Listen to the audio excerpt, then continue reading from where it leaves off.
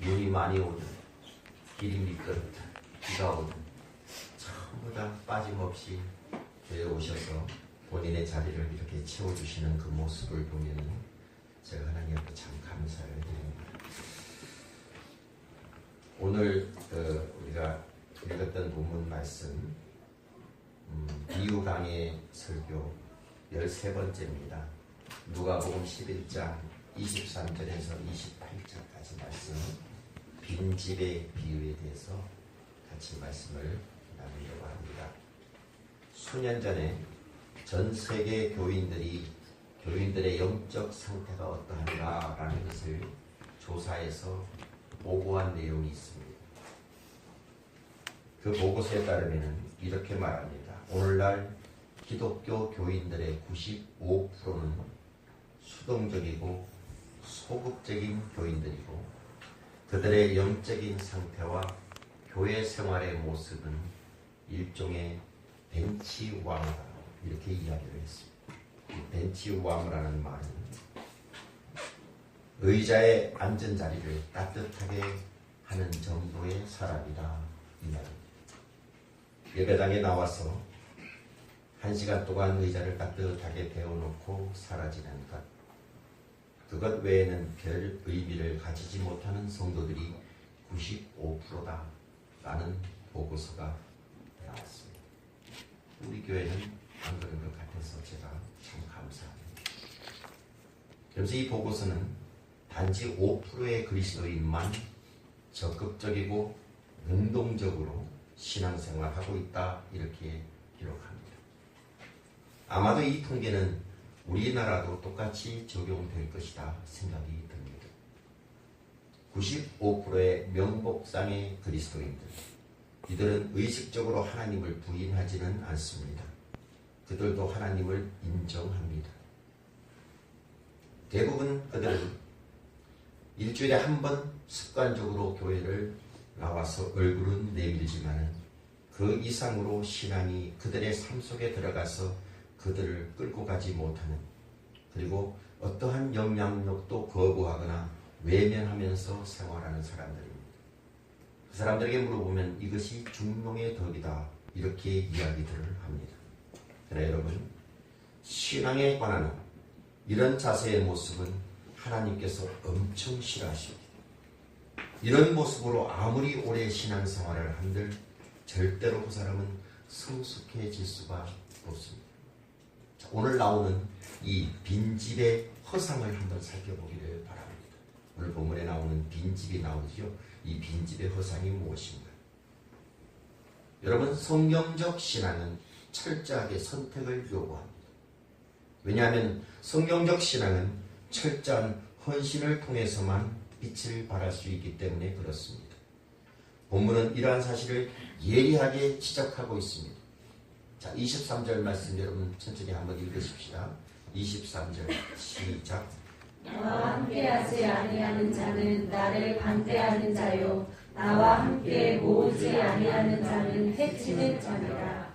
여기 나와 함께 하지 아니하는 자는, 이 말은 적극적으로 나와 함께 하지 아니하는 자는 이 말이고, 또 나와 함께 모으지 아니하는 자는, 이 말은 적극적으로 나와 함께 모으지 아니하는 자는 내 편이 아니고 사실은 적이다 이렇게 말하는 겁니다. 여러분, 주님께서는 예수 그리스도와의 적극적인 관계를 맺기를 거절하는 사람들을 가리켜서 빈집이다 이렇게 말하고 있다는 사실을 기억하십시오. 그래서 빈집의 비유가 나온 겁니다. 자, 더러운 귀신이 어떤 사람에게서 나갔습니다. 그 귀신은 물 없는 곳으로 이리저리 헤매다가 쉬기를 구하다가 찾지를 못하고 다시 자기 집으로 들어와 보니까 깨끗하게 청소가 되었고 집이 수리가 되었습니다. 너무 좋아서 이 귀신은 얼른 나가서 자기 친구들까지 데리고 들어왔습니다. 우리 친구들하고 같이 살자, 얼마나 좋을까. 그래서 들어왔습니다. 몇 명을, 악한 귀신 7명을 더 데리고 들어왔습니다. 그리고 그 집을 점령하다 보니까 처음보다 나중이 훨씬 나빠졌다. 유진 피터슨의 메시지 성경에서는 이렇게 해석을 했습니다. 이 집을 난장판으로 만들어 놓았다. 그렇게 이야기를 합니다. 이 심각한 이야기를 예수님께서 지금 비유로 말씀하는 겁니다. 여러분 잘 들으십시오. 내 속에 마땅히 있어야 할 것으로 채우지 못하고 내 영혼의 집에 마땅히 있어야 할 것으로 채우지 못하는 이 집은 공허한 집이요 바로 빈 집입니다. 우리 중에는 없겠지만 혹시 여러분 있으면 이 집을 여러분들이 아무리 깨끗하게 청소한다 할지라도 깨끗하다는 것밖에는 다른 의미가 하나도 없습니다. 왜냐하면 빈집은 빈집 상태로 그대로 유지될 수가 없기 때문에 그렇습니다. 시간이 지나게 되면 거미가 등장해서 거미줄을 칩니다. 거미들의 왕국이 될 것이고 또 시간이 지나면 쥐들이 들끓게 될 것입니다. 유리창마다 먼지가 쌓이게 될 것이고 마룻바닥은 삐그덕삐그덕 소리가 나고 대문은 저절로 열렸다가 닫히는 유령의 집이죠.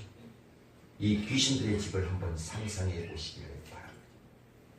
그런데 저와 여러분의 영혼의 집에 예수 그리스도가 왕노릇하지 못하고 내 마음과 내 삶을 다스리지 못한다면 다른 말로 주님께서 부어주시는 성령으로 내 마음이 충만하지 못한다면 우리의 영혼도 이 유령의 집과 비슷한 모습으로 황폐한 집이 될 수 있다는 사실입니다. 우리는 이 사실 앞에서 우리 영혼의 창백한 모습을 스스로 한번 바라볼 줄 알아야 됩니다. 자, 오늘 본문에서 주는 교훈 세 가지를 내가 말씀을 드릴 텐데 잘 들으십시오. 왜 주님께서 이 교훈을 우리에게 이 비유를 교훈으로 주셨는가? 세 가지 방면의 특별한 교훈을 주님께서 주셨습니다.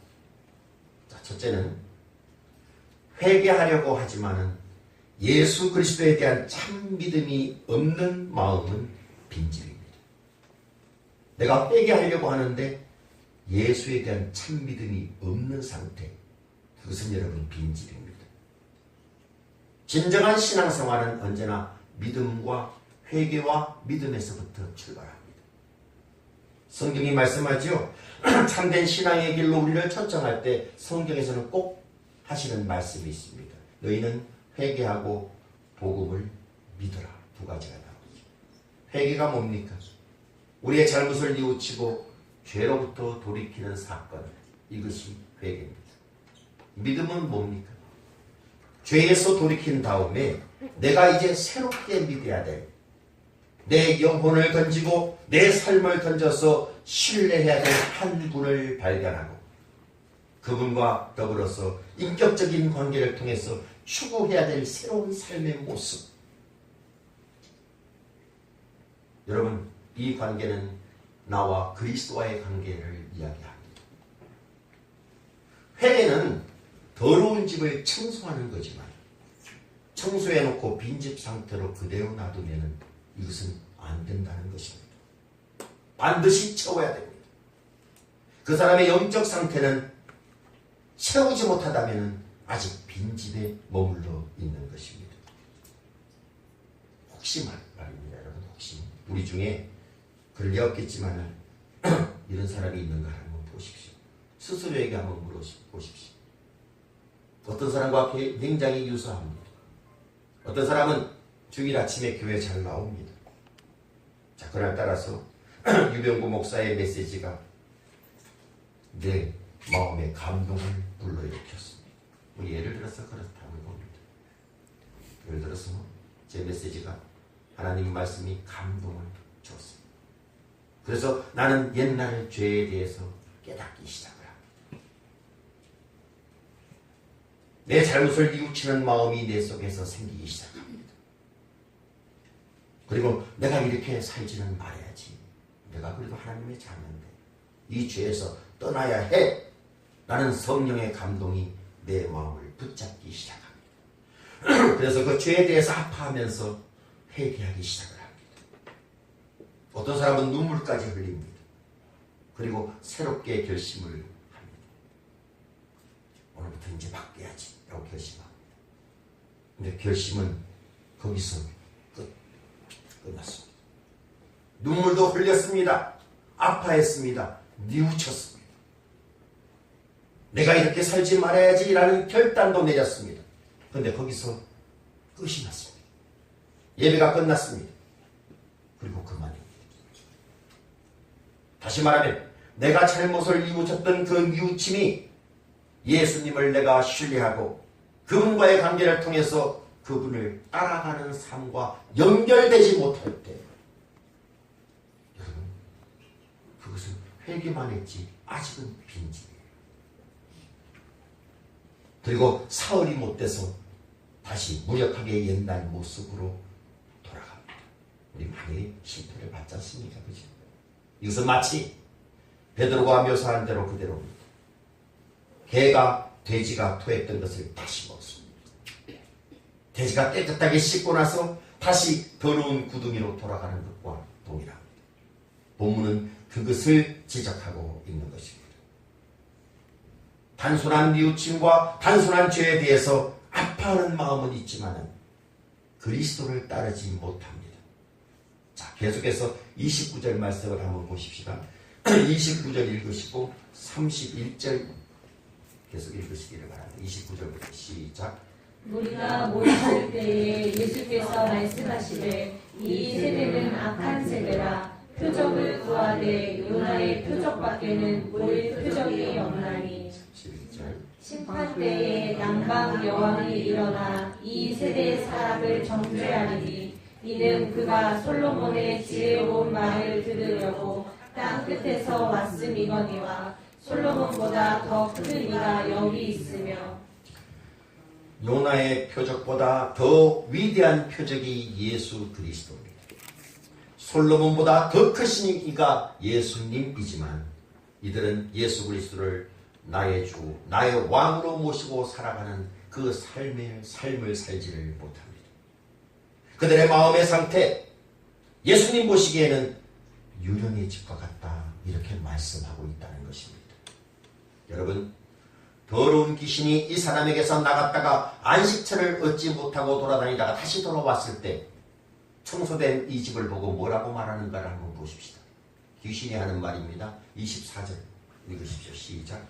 더러운 귀신이 사람에게서 나갔을 때에 물 없는 곳으로 다니며 쉬기를 구하되 얻지 못하고 이에 이르되 내가 나온 내 집으로 돌아가리라 하고. 이 귀신은 아직도 이 집을 자기 집이라고 한다는 사실을 주목해서 보십시오. 여러분, 내가 옛날의 잘못을 뉘우치지만 예수 그리스도가 내 주인이 되시고 그분이 나를 다스리지를 못할 때 귀신들은 저와 여러분을 보고 뭐라고 얘기하냐면 저건 내 집이다 라고 얘기한다는 겁니다. 저건 내 집이야. 교회는 나오고 있지만 내 집이야. 그래서 사단은 깨끗이 청소해 놓은 이 집에 악한 귀신 7을 더 데리고 들어온다는 겁니다. 여러분, 빈집은 반드시 자기들의 주인을 초청하기 마련입니다. 빈집 그 상태로 있는 것은 아닙니다. 그리고 예수 그리스도가 나의 주인이 되지 못했을 때 별 수 없이 그 영혼의 집은 악령의 초소가 될 수밖에 없습니다. 여러분, 혹시나 여러분 가운데 예수님을 나의 주인으로 모시지 못한 분이 있다면 그 사람의 영혼은 위기라는 사실을 기억하십시오. 두 번째 주시는 교훈을 봅니다. 빈집의 교훈. 둘째는 주님과 관계는 맺어졌습니다. 그런데 적극적으로 주님을 모시지 못한 마음이 있다면 그건 역시 빈집입니다. 이 집의 주인은 있기는 있습니다. 그런데 이 집 주인이 활동을 하지를 못합니다. 그 집은 빈집입니다. 오래전에 저희 집사람이 연기 때문에 저 중국에 가서 일주일 동안 있다가 온 적이 있습니다. 저랑 은지랑 둘이 사는데 은지는 야자를 다니고 무슨 늦게 집에를 갔습니다. 제가 청소 한 번도 안 하고 설거지도 한 번 안 하고 일주일 동안 있다가 집사람이 돌아왔는데 집 모습을 보니까 난리죠. 왜 그렇습니까? 제가 주인이지만 주인 노릇을 하지 못했기 때문에 그렇습니다. 주인이 주인 노릇을 하지 못했을 때 비록 주인은 있다 할지라도 그것은 빈집이나 마찬가지입니다. 여러분, 오늘날 우리들 상태, 우리 교회의 어떤 분의 상태는 이러한 모습이라는 사실을 아십니까? 내 안에 주님이 계시기는 합니다. 주님을 영접했습니다. 예수 그리스도가 나의 구주라고 이야기는 하지만은 주님이 내 안에서 주인 노릇을 하지 못할 때, 다시 말하면 성령 충만하지 못할 때, 그 집은 빈집이에요. 여러분, 이런 사람들이 굉장히 많습니다. 성경은 우리에게 어떻게 도전합니까? 성경은 모든 그리스도인에게 이렇게 명령합니다. 에베소서 5장 18절에 술 취하지 말라, 이는 방탕한 것이니 오직 성령의 충만함을 받으라. 여러분, 내 집을 비워놓을 수가 없습니다. 그리스도가 아무런 힘도 영향력도 행사하지 못하도록 이렇게 놔둘 수가 없습니다. 우리는 성령의 충만함을 받아야 됩니다. 그것을 받지 못한다면 그리스도가 주인이면서도 이 집은 다시 사단과 악령들의 파괴의 대상이 될 수가 있다는 것입니다. 오늘 여러분의 마음은 어떤 상태입니까? 여러분의 영혼의 상태는 어떤 자리에 있습니까? 본문이 시작되기 전에 21절에서 예수님은 이렇게 말씀하십니다. 자, 21절도 한번 읽으십시다. 시작. 강한 자가 무장을 하고 자기 집을 지킬 때에는 그 소유가 안전하되. 여러분 어떻습니까? 여러분 마음의 상태가 내 안에 계신 내 주님께서 정말 강력하게 왕노릇하시고 나는 그분 앞에 부복해서 순종하면서 그분의 거룩한 영으로 내 마음과 의지를 그분에게 드리고 그분이 나를 지배하시기를 간절히 바라는 마음, 이런 상태에 있는 사람들은 감히 사단이 넘보지를 못합니다. 강력하게 주인이 지키고 있기 때문에 그렇습니다. 그러나 어떤 사람들은 주님은 계시기는 하는데 그 주님이 주인 노릇을 하지 못합니다. 혹시 그런 상태에 있는 분 계십니까? 여러분, 우리가 성령의 사역으로 거듭나는 순간 성령께서, 하나님께서는 우리에게 선물을 하나 주시는데 그것이 뭡니까? 성령입니다. 성령은 주님 자신의 영입니다. 주님을 영접한 자들에게는 모두 다 성령을 부어주십니다. 그런데 여러분, 이 성령은 부어주셨지만은 계속해서 충만한 상태에 있는 것은 아닙니다. 우리의 육신이 승할 때, 내 부패한 성품이 나를 지배할 때, 그때는 성령이 힘을 쓰지를 못합니다. 그래서 여러분, 우리는 모두가 하나님 앞에 성령 충만을 사모해야 됩니다. 나의 영혼의 집에 하나님의 영으로 꽉꽉 채워놔야 됩니다. 그래서 악한 영들이 주인 노릇을 못합니다. 얼마나 사모하십니까? 사모하는 자에게 주시겠다고 약속을 했습니다. 분명히 약속을 해주셨습니다. 그래서 우리는 성령의 충만함을 받아야 됩니다. 왜? 내 주인 예수 그리스도가 왕노릇해야지 사단이 감히 넘보지를 못합니다. 성령이 충만할 때 우리는 살아나기 시작을 합니다. 성령이 충만할 때 주님께서 내 마음과 내 의식을 다스리고 진정한 신앙생활을 경험하기 시작합니다. 성령이 충만할 때 내 마음속에 놀라운 기쁨이 일어나기 시작을 합니다. 성령이 충만할 때 예수 그리스도의 복음을 들고 담대히 나가서 그 복음을 증거하기 시작합니다. 그래서 주님께서는 먼저 성령을 구하라 라고 말씀합니다. 하나님의 능력을 구하라고 말씀하십니다.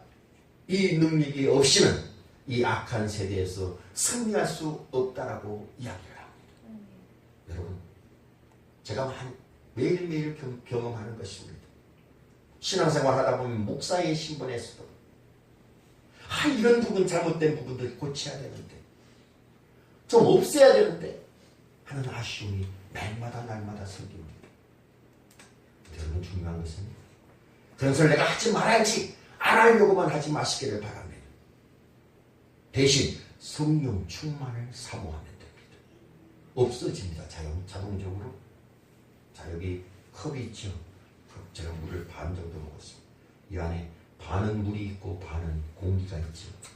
이 공기를 없애는 방법이 뭔지 아세요? 공기를 들이마신다고 없어지나요? 또 채워지죠.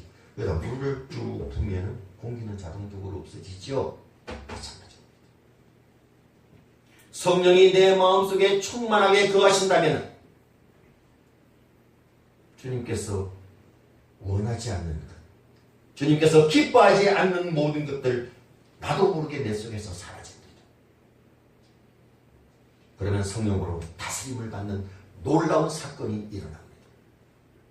여러분 스스로에게 질문해 보십시오. 오늘 나의 삶을 누가 다스립니까? 주님이 다스립니까? 성령이 지배하십니까? 하나님이 임재해서 나를 다스려야 되지 않겠습니까? 만일 이 경험이 없다면 오늘 저와 여러분의 마음은 유령의 집, 빈집으로 사단의 공격 앞에 무참히 쓰러질 수 있다는 그런 경각심을 가지시기를 바랍니다. 세 번째 교훈은 죄에서 자신을 지키려고 노력하지만 선을 도모하지 않는 마음은 빈집과 같습니다. 죄를 짓지 않는 것 귀한 일입니다. 중요한 일입니다. 그리스도인들은 마땅히 그래야 됩니다. 그런데 더 중요한 것은 죄를 범하지 않는 것이 아니라 주님께서 원하시는 선을 도모하라는 겁니다. 죄를 범하지 않는 것은 소극적이고 수동적인 행동입니다. 그 당시 바리새인들의 신앙 삶이 그랬습니다. 그것에 만족하려고 했습니다. 죄를 안 짓는 것에 만족을 하려고 했습니다. 바리새인들의 질문을 아시죠? 하나님 앞에 기도하면서 하나님 우리는 저 세리처럼 도둑질하지 않은 것에 감사합니다. 저 창기처럼 가늠하지 않은 것에 대해서 감사합니다. 죄인들처럼 살인하지도 않았습니다. 물론 여러분도 살인한 일 없죠. 가늠한 일도 없고 여러분들 다 좋은 사람들, 나쁜 사람들 아닙니다. 그렇다고 여러분 신앙생활에 만족하십니까? 하나님 앞에서.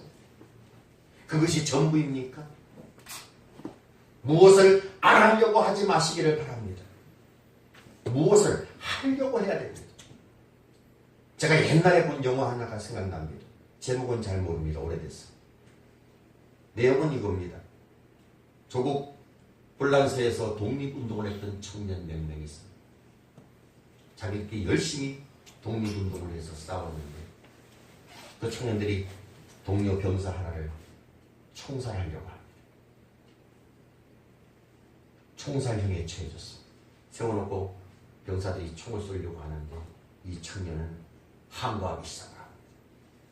왜 나를 죽이려고 하십니까?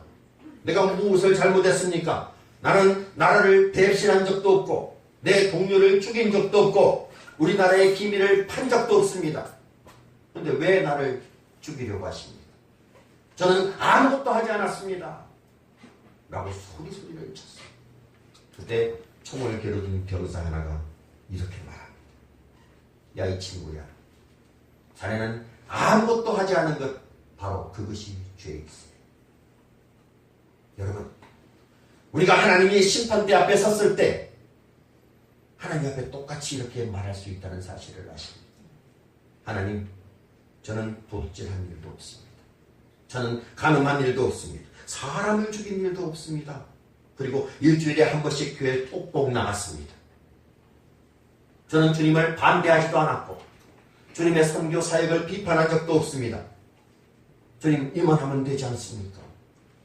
라고 이야기를 했다고 칩시다. 그때 주님께서 이런 말씀을 하실 것 같아요. 그럼 넌 무엇을 했느냐? 아무것도 안 했다면 뭘 했느냐? 여러분, 우리 자녀들을 교육시키는 부모들도 이렇게 해야 됩니다. 그거 하지 마! 그거 하면 안 돼! 아이들이 뭐라고 얘기하는지 아세요? 그럼 뭘 해야 돼요? 대안을 제시해 주시기를 바랍니다. 적극적인 대안을 제시해 줍니다. 여러분, 성경은 이것저것 하지 말라고 하는 금지의 책이 아닙니다. 물론 이것저것 하지 말라는 말도 많이 나와 있지만 그보다 훨씬 더 많은 것이 이런 것을 해라. 이런 삶을 살고 이런 일을 추구해라 라는 말이 훨씬 더 많이 나와 있습니다. 여러분의 삶의 모습은 어떻습니까? 주님께서 원하시는 것을 하시면서 살고 계십니까? 에베소 4장 25절 이하에 보면은 바울 사도가 그리스도인들의 도덕적인 경건 생활에 대해서 말씀하면서 이렇게 말합니다. 너희들은 거짓을 버리고, 자, 이것으로 끝난 게 아니에요. 거짓말장이라는 별명을 탈피하려면, 그것을 벗어버리려면 거짓을 버렸다. 그것은 잠시 거짓말장이가 거짓말 안 하고 수독한 것에 지나지 않습니다. 그 다음에 이어지는 것이 뭡니까? 참된 것을 말하라. 거짓말장이가 거짓말장이의 오명을 벗는 길은 딱 하나입니다. 거짓말 안 할 때가 아니라 참된 것을 말할 때입니다. 또 이야기합니다. 4장 28절에 에베소서 도둑질하는 자는 다시 도둑질하지 말고, 그걸로 말씀이 끝난 것이 아닙니다. 바울은 계속해서 말씀합니다. 빈궁한 자에게 구제할 것이 있기 위하여 제 손으로 수고하여 선을 도모하라. 보십시오. 도둑질하는 사람에게 도둑질을 중단하라고만 얘기하지 않습니다. 도리어 구제하라. 그것이 도둑놈의 길을 걷는 것이다 라는 것을 이야기하죠. 우리의 삶은 남을 위해서 살아가는 삶으로 변화되어야 됩니다.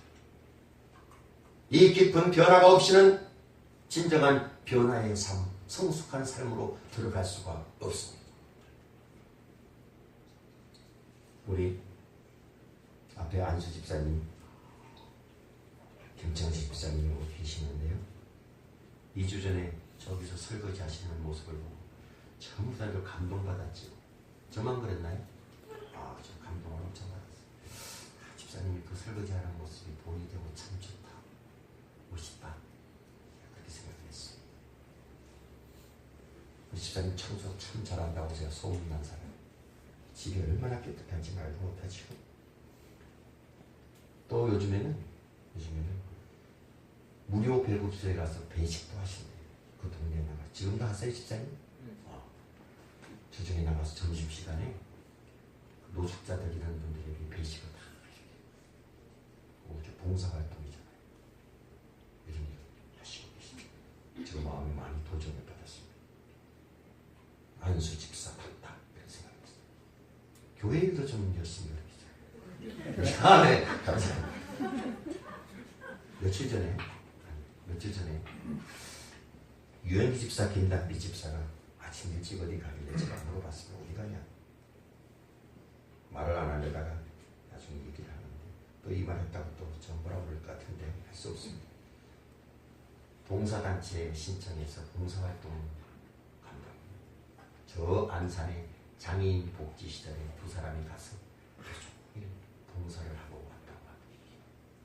장애인들 씻기고 안마해주고 하루 종일 그 일을 스스로 자원하는 마음으로 갔다 왔다고 해서 제가 굉장히 칭찬을 많이 했습니다. 죄를 안 지려고만 하는 것으로는 부족합니다. 여러분, 주님을 위해서, 교회를 위해서 어떤 일을 하려고 하십니까? 여러분 마음속에 무엇으로 채우려고 합니까? 하나님께서 기뻐하시는 거룩한 성, 내 마음과 내 생활의 찬양, 그것으로 채우기를 바랍니다. 오늘 말씀 앞에서 자신을 한번 점검해 보시기를 바랍니다. 다음 주 주일날 예배 끝나고 저희 집사람과 김전우사님, 이은준 형제 셋이 캄보디아 선교활동을, 단기 선교를 갑니다. 여행을 가는 것이 아니라 강행군에 선교를 갑니다. 전도를 하고 우리 전사님은 세 군데 다니면서 설교를 합니다. 그런 일을 우리가 해야 되지 않겠습니까? 그것을 성경은 이야기합니다. 그래야만 빈집이 아니라는 것. 그런 걸 해야만 내 영으로, 성령으로 꽉 채우는 것입니다. 결론을 말씀드립니다. 예수님의 이 설교를 듣던 한 여인이 갑자기 툭 튀어나와서 27절에 이렇게 말합니다. 읽으십시다. 27절 시작. 이 말씀을 하실 때에 무리 중에서 한 여자가 음성을 높여 이르되 당신을 뵌 태와 당신을 먹인 젖이 복이 있나이다 하니. 주님 말씀이 옳습니다. 얼마나 감동을 받은 이 여자가 어쩌면 구구절절 이렇게 진리입니까? 라고 감탄해서 이야기를 하죠. 이 진리에 동의를 합니다. 제가 설교하고 밑으로 내려올 때 강대상에서 축도가 끝나고 다 내려왔을 때